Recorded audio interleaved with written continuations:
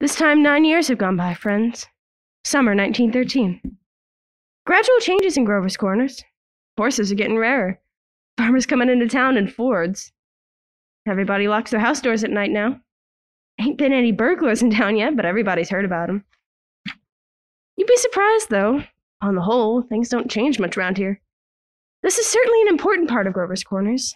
It's on a hilltop, a windy hilltop with lots of sky and lots of clouds and often lots of sun and moon and stars. You come up here on a fine afternoon and you can see range and range of hills.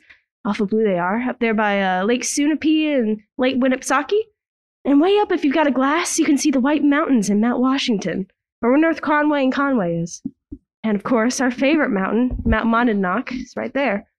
And all these towns that lie around it, Jaffrey and East Jaffrey and Peterborough and Dublin. And there, quite a ways down, is Grover's Corners. Yes, beautiful spot up here. Mountain laurel and lilacs. I often wonder why people like to be buried in Woodlawn and Brooklyn when they might pass up the same time here up in New Hampshire. In the back part are the old stones, 1670, 1680. Strong-minded people that come a long way to be independent. Summer people walk around laughing at the funny words on the tombstones. It don't do any harm. And the genealogists come up from Boston, get picked by the city, people looking for their ancestors. They want to make sure that they're daughters of the American Revolution and of the Mayflower. Well, I guess it don't do no harm either. Wherever you come near the human race, there's layers and layers of nonsense. And of course, there are some Civil War veterans. Iron flags on their graves. New Hampshire boys had a nation that the Union ought to keep together. And had a notion that the Union ought to be kept together, though they'd never seen more than 50 miles of it themselves. All they knew was the name, friends. The United States of America. The United States of America. And they went and they died about it. Up near the gates is the new part of the cemetery. Here's your friend, Mrs. Gibbs. Hello. Let me see. Here's Mr. Stimson, organist of the Congregational Church. How do you do? And Mrs. Soames, who enjoyed the wedding so, you remember. Hello. Oh, lots of others. And Edward Webb's boy, Wallace, whose appendix burst while he was on a Boy Scout trip to Crawford Notch. Yes, an awful lot of sorrow has quieted up down here. People just wild with grief have brought their relatives to this hill. We all know how it is. And then time and sunny days and rainy days and snow. We're all glad they're in a beautiful place, and we're coming up here ourselves when our fit's over. Now, there are some things we all know, but we don't take 'em out and look at 'em very often. We all know that something is eternal. And it ain't houses, and it ain't names, and it ain't earth, and it ain't even stars. Everybody knows in their bones that something is eternal, and that something has to do with human beings. All the greatest people ever lived have been telling us for 5,000 years, and yet you'd be surprised how people are always losing hold of it. There's something way down deep that's eternal about every human being. You know as well as I do that the dead don't stay interested in us living people for very long. Gradually, they lose their hold of the earth, and the ambitions they had, and the pleasures they had, the things they suffered, and the people they loved. They get weaned away from the earth. That's the way I put it. Weaned away. And they stay here while the earth part of them burns away, burns out. All that time, they slowly get indifferent to what's going on in Grover's Corners. They're waiting. They're waiting for something that they feel is coming. Something important, something great. Aren't they waiting for that eternal part of them to come out clear? Some of the things they're going to say maybe will hurt your feelings, but that's the way it is. Mother and daughter, husband and wife, enemy and enemy, money and miser. All those terribly important things kind of grow pale around here. And what's left when the memory's gone, and your identity, Mrs. Smith? Well, here are some living people. There's Joe Stoddard, our undertaker, supervising the new-made grave. Here comes Grover's Corners boy that left out to go out west. Good afternoon, Joe Stoddard. Good afternoon. Good afternoon. Let me see now. Do I know you? I'm Sam Craig. Gracious sakes alive! Of all people. I should have known you'd be back for the funeral. You've been away a long time. Yes, I've been away over 12 years. I'm in business out in Buffalo now, Joe, but I was in the East when I got news of my cousin's death. So I thought I'd combine things a little and come see the old home. You look well. Yes, yes. Can't complain. Very sad our journey here today. Yes. Yes, yes. I always say I hate to supervise when a young person is taken. They'll be here in a few minutes now. I had to come here early today. My son's supervising at the home. Old Farmer McCarty. I used to do chores for him after school. He had a lumbago. Yes. We brought Farmer McCarty here a number of years ago now. Why, this is my Aunt Julia. I had forgotten that she'd, of course.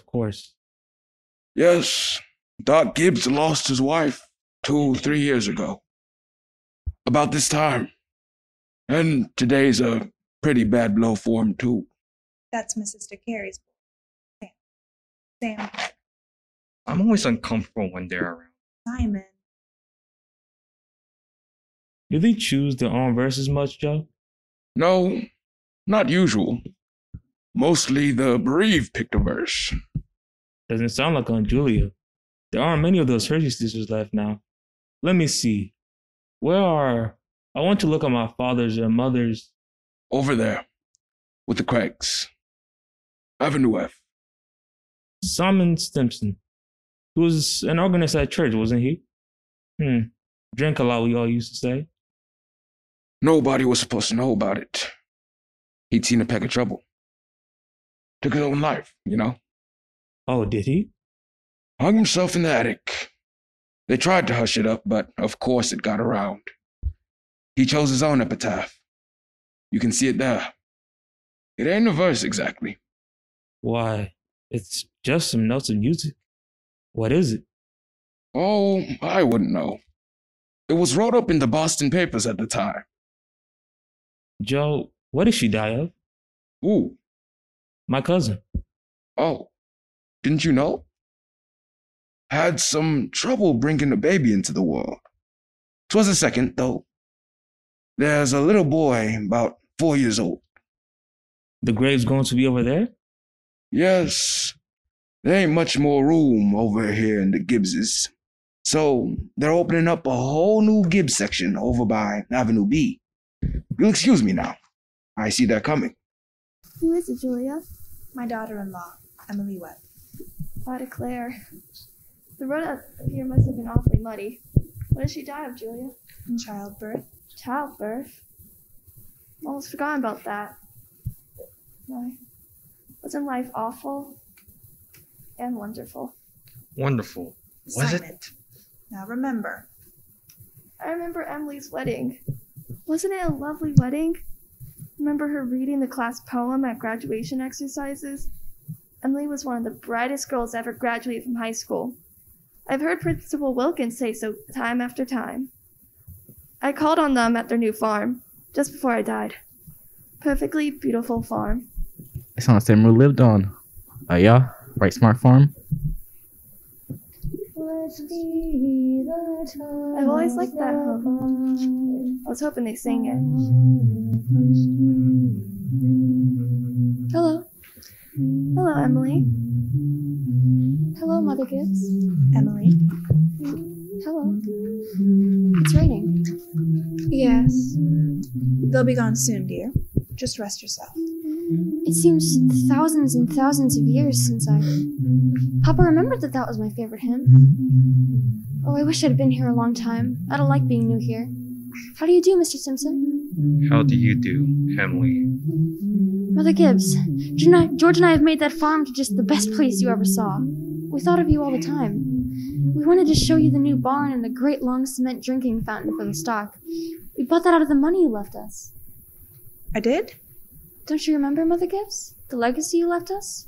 Why, it was over $350. Yes. Yes, Emily. Well, there's a patent device on the drinking fountains that it never overflows, Mother Gibbs. It never sinks below a certain mark they have there. It's fine. It won't be the same to George without me. But it's a lovely farm. Life people don't understand, do they? No, dear. Not very much. They're sort of shut up in little boxes, aren't they? I feel as though I knew them last 1,000 years ago. My boy's spending the day at Mrs. McCarty's house. Oh, Farmer McCarty, my little boy spending the day at your house.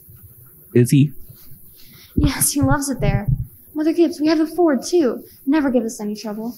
I don't drive though. Mother Gibbs, when does this feeling go away? Of being one of them? How long does it? Shh, dear. Just be patient and wait. I know. Look, they're finished. They're going. Shh. Look, Father Gibbs is bringing some of my flowers to you. He looks just like George, doesn't he? Oh, Mother Gibbs, I never realized before how troubled and how in the dark life persons are. Look at him. I loved him so. From morning till night, that's all they are. Trouble. A little cooler than it was. Yes, that's rain cooled it off a little. Those northeast winds always do the same thing, don't they? If it isn't a wind, it's a 3-day blow. But, Mother Gibbs, one can go back. One can go back there again, into living. I feel it. I know it. Just then for a moment, I was thinking about the farm, and for a minute I was there, and my baby was on my lap as plain as day. Yes, of course you can. I can go back there and live all those days over again. Why not? All I can say is, Emily, don't. But it's true, isn't it? I can go and live back there again. Yes, some have tried, but they soon come back here. Don't do it, Emily. Emily, don't. It's not what you think it's going to be. But I won't live over a sad day. I'll choose a happy one. I'll choose the day I first knew that I loved George. Why should that be painful? You not only live it, but you watch yourself living it. Yes. And as you watch it, you see the things that they, down there, never know. You see the future. You know what's going to happen afterwards. But is that painful? Why? That's not the only reason why you shouldn't do it, Emily. When you've been here longer, you'll see that our life is to forget all that and think only of what's ahead and be ready for what's ahead. When you've been here longer, you'll understand. Mother Gibbs, how could I ever forget that life? It's all I know. It's all I had. Oh, Emily, it isn't wise. Really, it isn't. But it's a thing I must know for myself. I'll choose a happy day anyway. No, at least choose an unimportant day. Choose the least important day of your life. It will be important enough. And it can't be since I was married or since the baby was born. I can choose a birthday at least, can't I? I choose my 12th birthday. All right. February 11th, 1899. A Tuesday. Do you want any special time of day? Oh, I want the whole day. We'll begin at dawn. You remember it had been snowing for several days, but it had stopped the night before, and they began clearing the roads. The sun's coming up. Well, there's Main Street. Why, that's the Morgan family drugstore before they changed it. And the livery stable. Yes, it's 1899. This is 14 years ago. That's the town I knew as a little girl. And look, there's the old white fence that used to be around our house. I'd forgotten that. Oh, I love it so. Are they inside? Yes, your mother will be coming downstairs in a minute to make breakfast. Will she? And you remember, your father had been away for several days, and he'd come back in the early morning train. No? He'd been back to his college to make a speech in Western New York at Clinton. What? There's Joe Crowell. But he's dead. He died. Children, Wally, Emily, time to get up. Mama, I'm here. Oh, look how young Mama looks. I didn't know Mama was ever that young. You can come and dress by the kitchen fire if you like, but hurry. Mama, I can't find my blue hair ribbon anywhere. Just open your eyes, dear, that's all. I laid it out for you special on the dresser there. If it was a snake, it would bite you. Yes, yes. Good morning, Mother. Papa. How did it go, Charles? Oh, fine, I guess. Taught him a few things. Everything all right here? Yes. Can't think of anything that's happened special. Been right cold. The milkman says it's 10 below over to his barn. Yes, well, it's colder than that at Hamilton College. Students' ears are falling off. It ain't Christian. Paper have any mistakes in it? None that I noticed. Coffee's ready when you want it. Charles, don't forget, it's Emily's birthday.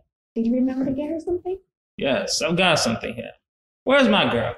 Where's my birthday girl? Don't interrupt her now, Charles. You can see her at breakfast. She's slow enough as it is. Hurry up, children. It's 7 o'clock. Now, I don't want to call you again. I can't bear it. They're so young and beautiful. What did they ever have to get old? Mama, I'm here. I'm grown up. I love you all. Everything. I can't look at everything hard enough. Good morning, Mama. Well now, dear, a very happy birthday to my girl and many happy returns. There are some surprises waiting for you on the kitchen table. Oh, Mama, you shouldn't have. I can't. But birthday or no birthday, I want you to eat your breakfast good and slow. I want you to grow up and be a strong girl. That in the blue paper is from your Aunt Carrie, and I reckon you can guess who brought that postcard album. I found it on the doorstep when I brought in the milk. George Gibbs. Mess up came over in the cold pretty early. Right nice of him. Oh, George, I'd forgotten that.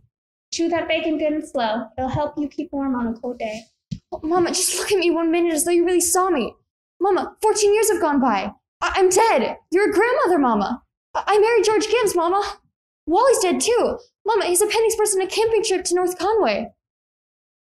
We felt just terrible about it. Don't you remember? But just for a moment now, we're all together. Mama, just for a minute, we're happy. Let's look at one another. That in the yellow paper is something I found in the attic among your grandmother's things. You're old enough to wear it now, and I thought you'd like it. And this is from you? Why, Mama, it's just lovely, and it's just what I wanted. It's beautiful. Well, I hope you like it. Hunted all over. Your Aunt Nora couldn't find one in Concord, so I had to send it all the way to Boston. Wally has something for you, too. He made it in manual training class, and he's very proud of it. Be sure you make a big fuss about it.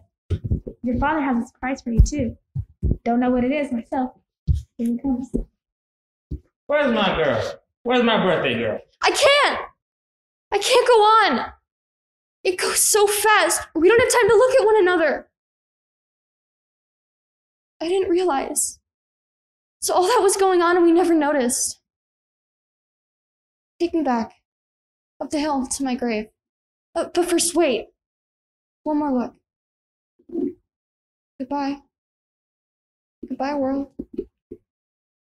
Goodbye, Grover's Corners, Mama and Papa. Goodbye to clocks ticking, and Mama's sunflowers, and food and coffee, and new iron dresses, and hot baths, and sleeping and waking up. Oh, Earth, you're too wonderful for anybody to realize you. Do any human beings ever realize life while they live it? Every minute? No. The saints and poets, maybe. They do some. I'm ready to go back. Were you happy? No. I should have listened to you. That's all human beings are. Just blind people. Look, it's clearing up. The stars are coming out. Oh, Mr. Stimson, I should have listened to them. Yes, now you know. Now you know. That's what it was to be alive. To move about in a cloud of ignorance, to go up and down, trampling on those feelings, of those about you. To spend and waste time as though you had a million years. To be always at the mercy of one self-centered passion or another. Now you know. That's the happy existence you want to go back to. Ignorance and blindness. Simon Stimson, that ain't the whole truth and you know it. Emily, look at that star. I forget its name.